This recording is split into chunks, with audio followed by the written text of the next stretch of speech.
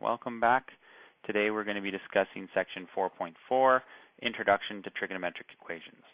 These are the equations we use to mathematically discuss cyclical events that go on in the world around us. Page 206 in your book has a nice little blurb where it talks about some common natural events that we can plot using trigonometric equations. So let's imagine for a moment that we're dealing with the sun. Okay, so we know with the sun, let's say this is the horizon. So this will be east, and over here we'll say that's west. We know the sun rises in the east, goes up to some maximum point, and comes down. Right? This is what it would appear to do if you're standing here, say.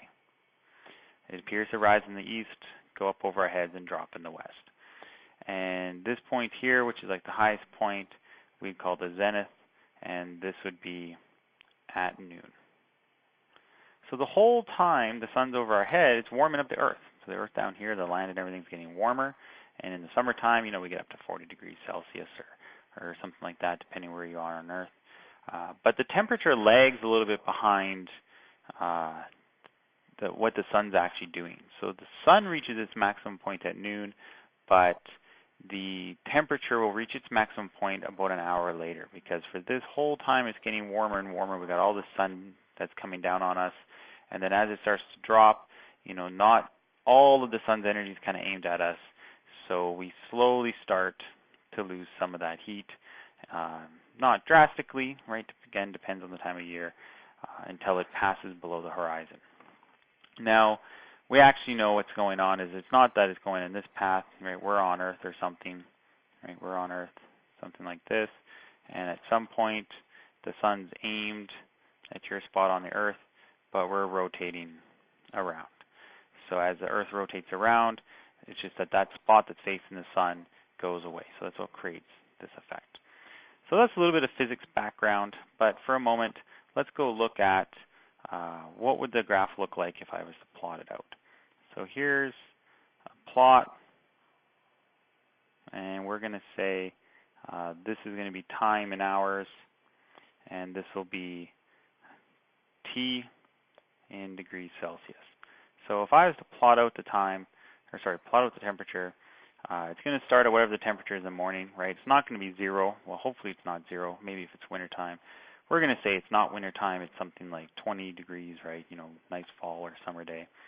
Anyway, so the 6 a.m. we start, and the temperature is going to go up and up and up and up until it reaches that maximum point, and then it's going to start going down until it reaches about the same temperature. So this could be, sometime in the evening. Depends on the time of year. And it's going to keep doing this pattern, and it's going to cool down throughout the evening, and then sometime before early morning it's going to start to pick up, and it's going to come up again until we reach a similar point, in which case it's then going to warm up throughout the day, reach the maximum point, and it's just going to kind of keep going on and doing this forever. And the exact heights of these may drop. It all depends on how much sunlight we get and the time of year and all that stuff that's going on. But for now, we're just going to say it keeps this nice general pattern all the way through. So now, if I was to plot this out, my pen's kind of jumping around, sorry about that.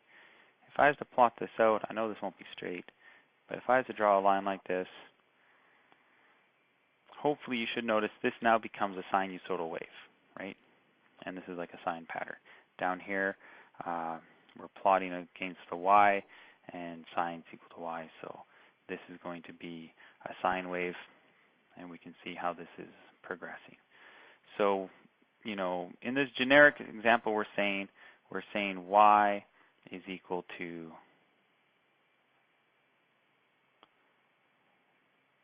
sine theta. Now, that is because I've adjusted my graph and I'm saying that this is 0. But this isn't always necessarily 0. I'm just doing a temperature versus time graph. So as you can see, we're actually shifted up some amount. So I would have to go plus k to represent this actual graph. So this is an adjustment that I've made to represent what's going on. And this, of course, just keep in mind, is a really simple example. just to try and get the concept. But this would be an example of a trigonometric equation that would be going on. So let's say this is